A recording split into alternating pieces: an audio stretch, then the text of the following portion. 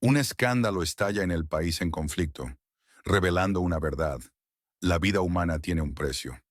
Un comandante valiente, desde el frente de batalla, ha expuesto una red de corrupción profunda que carcome moral y esperanza.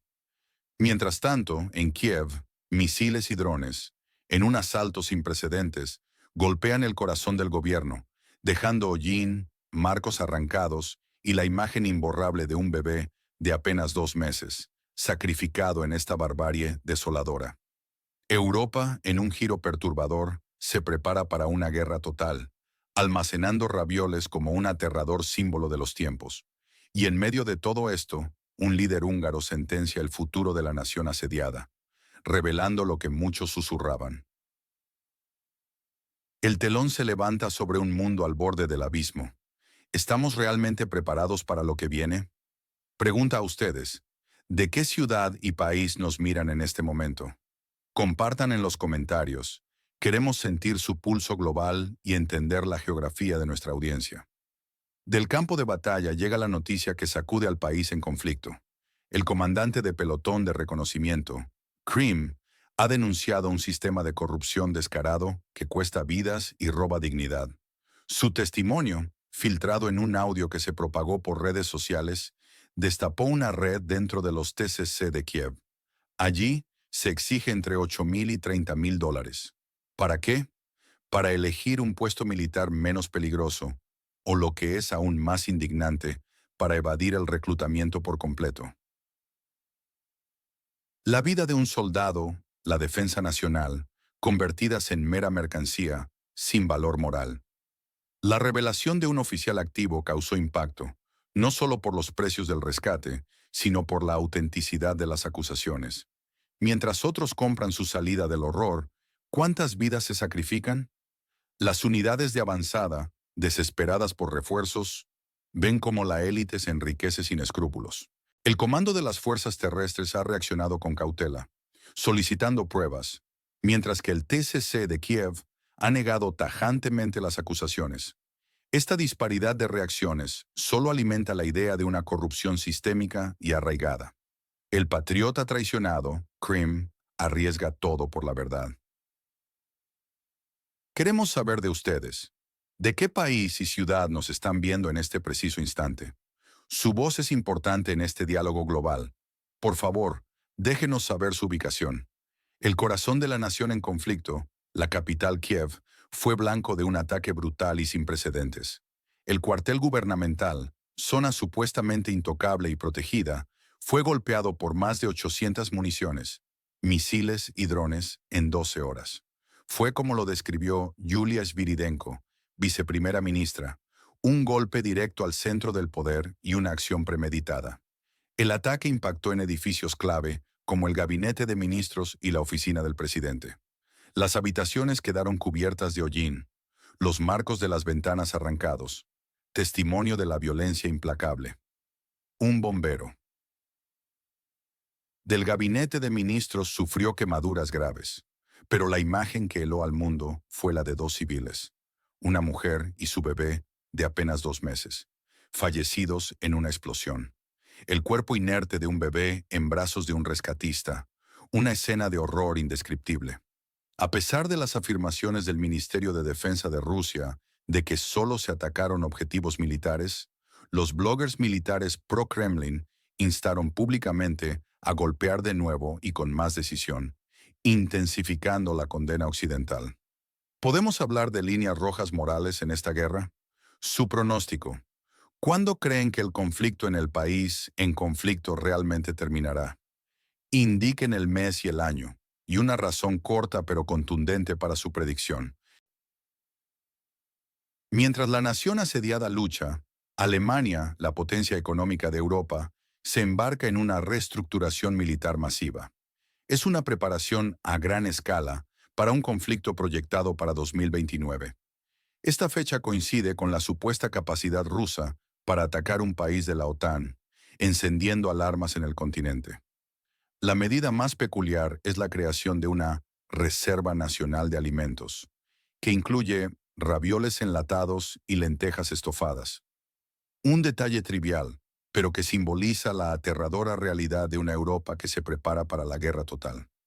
105 millones de dólares se invierten en estas reservas, mientras el ejército se reequipa a una escala sin precedentes, la mayor desde la Segunda Guerra Mundial.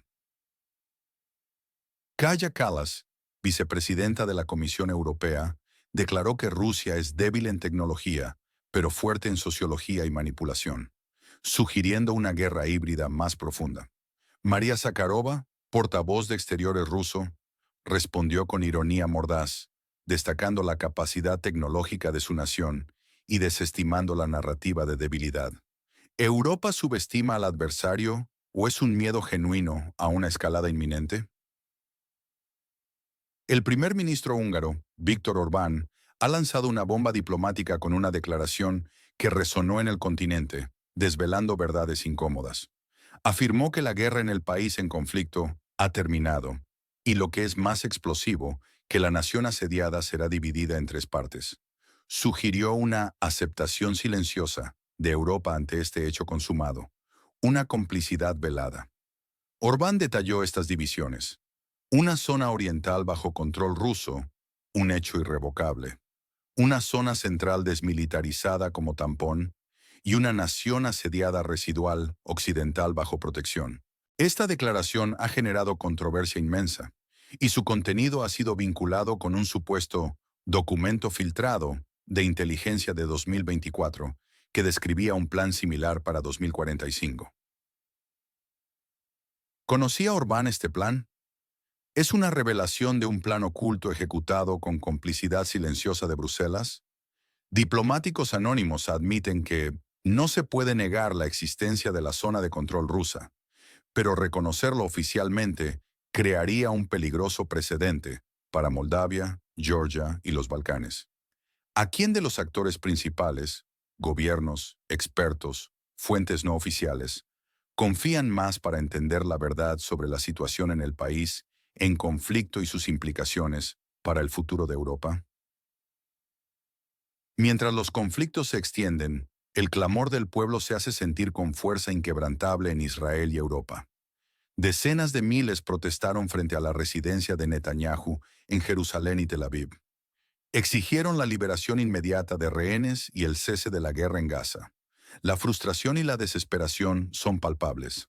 Las protestas se extendieron a Bruselas, donde miles de manifestantes palestinos, vestidos de rojo, símbolo de la línea roja moral, demandaron el fin del apoyo europeo a Israel. La presión social es inmensa. Netanyahu se mantiene firme, insistiendo en la victoria, no una bella imagen. Para él, las condiciones para el fin de la guerra son innegociables: el retorno de todos los rehenes y el desarme total de Hamás. Gideon Sa'ar, ministro de Exteriores israelí, reafirmó estas condiciones. En Tel Aviv, un cartel desgarrador con el grito: Presidente Trump, salve a los rehenes. Ahora, revela la desesperación y la apelación directa a una figura externa. ¿Prioriza Netanyahu poder y legado sobre vidas de rehenes y paz? Los motivos detrás de estos movimientos son complejos y a menudo oscuros. El gobierno, al desacreditar a Krim y calificar sus denuncias de falsificaciones, busca mantener la moral y la confianza en la movilización. ¿Ocultan corrupción sistémica que debilita el esfuerzo bélico y pone en peligro a la nación? La élite corrupta se enriquece sin vergüenza. Rusia, con el ataque a Kiev, envía un mensaje frío a Occidente, demostrando capacidad militar y determinación, sin interés en Minonion. Negociaciones a corto plazo. El silencio del Kremlin post-ataque podría ser una preparación para el próximo golpe, no militar, sino estratégico. Líderes europeos, con su silencio o ambigüedad sobre las declaraciones de Orbán, sugieren aceptación tácita de la inevitabilidad de una nación dividida. Disimulan con garantías de seguridad vacías para evitar confrontación directa con Rusia y proteger sus intereses nacionales, dejando principios de lado. Netanyahu, con su postura de victoria a cualquier costo, busca consolidar poder y asegurar su legado, ignorando la presión social y el destino incierto de los rehenes. ¿Es maniobra política desesperada o intento de limpieza en Gaza antes de negociaciones que le beneficien? ¿Cuál evento en el sector de la seguridad global creen que está siendo más infravalorado o malinterpretado por los medios en este momento? Compártanos sus perspectivas. Su voz es clave para un análisis completo. El contexto histórico nos ofrece ecos sombríos. La corrupción endémica no es nueva. En 2023 se descubrieron más de 30 casos de compra de certificados de exención militar. Este patrón socava la moral nacional y la efectividad militar, corroyendo la fe en las instituciones. La reestructuración militar alemana, la mayor desde la Segunda Guerra Mundial, marca un giro radical en su política de defensa, un retorno a una mentalidad de guerra. Las declaraciones de Orbán sobre la partición resuenan con precedentes históricos de divisiones territoriales en Europa, evocando la fragilidad de las fronteras. Esto sienta un precedente peligroso para Moldavia, Georgia y los Balcanes, donde tensiones latentes podrían estallar. Las protestas civiles en Israel y Europa, ese clamor del pueblo, recuerdan movimientos pacifistas históricos, destacando la tensión recurrente entre los intereses opacos del Estado y la voluntad de sus ciudadanos, ignorada por los poderosos.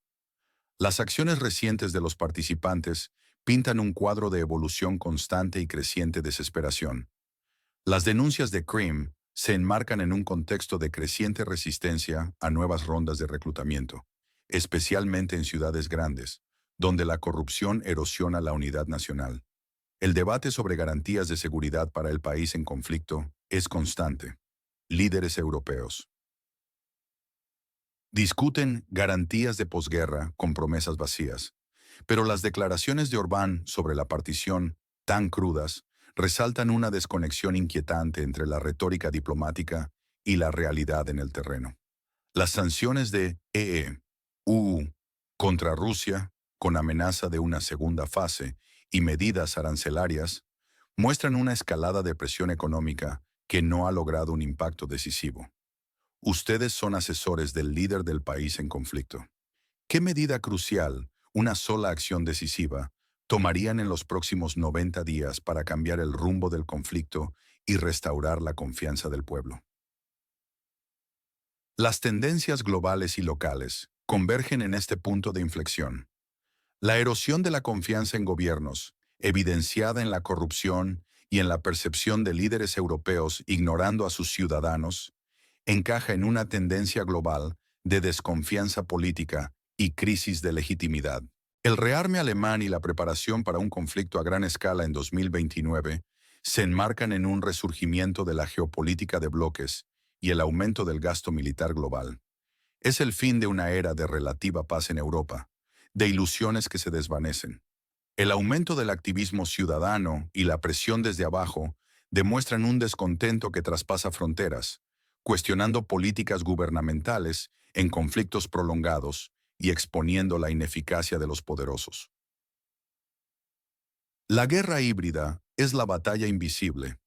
Kaja Kallas destaca la fuerza rusa en sociología y manipulación. Filtraciones sobre ciberataques sugieren que la guerra es más que militar. Se extiende al frente de la información y la sociedad, buscando sembrar caos, desconfianza y división. El futuro se bifurca en escenarios alarmantes. El peor, la corrupción desintegra el ejército, colapsando el frente y aceptando tácitamente una partición humillante. Europa, dividida y sin estrategia, es arrastrada a una confrontación directa con Rusia. Alemania se rearma en pánico. Protestas civiles se extienden. La traición interna y la ceguera externa sellan el destino de la nación asediada. La guerra llega a nuestros hogares. ¿Estamos listos para esta catástrofe? Un escenario probable. Estancamiento prolongado y partición de facto. La guerra se alarga indefinidamente. La corrupción persiste y la partición de Orbán se consolida sin reconocimiento oficial. Israel continúa su ofensiva en Gaza, generando caos. Sanciones de CNU no logran impacto decisivo, resultando en desgaste. Paz sin victoria, victoria sin paz. El mundo se acostumbra al caos. El escenario inesperado y quizás más dramático, una intervención de Donald Trump. Si regresa, podría imponer un acuerdo rápido y contundente para el país en conflicto y Medio Oriente. Esto podría forzar una partición o cese al fuego que cambie el panorama geopolítico global, desestabilizando OTAN y UE profundamente. Pero también podría llevar a un fin impuesto de los conflictos, con Rusia consolidando ganancias territoriales y geopolíticas. ¿Será Trump el arquitecto de una nueva paz o quien desate un caos aún mayor con sus soluciones rápidas e impredecibles? Los ganadores en este ajedrez global, la élite corrupta que se beneficia del sufrimiento. Rusia, ganando influencia territorial y demostrando la debilidad de Occidente. Y Netanyahu si logra su victoria. Los perdedores, el pueblo del país en conflicto, Europa, el pueblo palestino e israelí, y la frágil unidad occidental que se desmorona bajo el peso de la corrupción, la retórica vacía y las amenazas. El destino de la nación asediada, la estabilidad de Europa, la paz en Medio Oriente, todo pende de un hilo frágil. La corrupción vende vidas por $30,000. La hipocresía de Bruselas se calla ante la verdad de la partición. La indiferencia de los líderes ante el sufrimiento. ¿Podemos como sociedad global detener esta marea de desintegración y cinismo? La verdad es incómoda, pero es la única forma de encontrar soluciones reales y duraderas. El clamor del pueblo exige justicia y humanidad. Comparte este video si crees que la vida no tiene precio, que la justicia debe prevalecer. Dale a me gusta, suscríbete y activa la campana para no perderte nuestro análisis sin filtros. Únete a nuestra comunidad. ¿Creen que los líderes actuales están realmente escuchando a la gente o solo persiguen sus propios intereses en este complejo tablero mundial que nos afecta a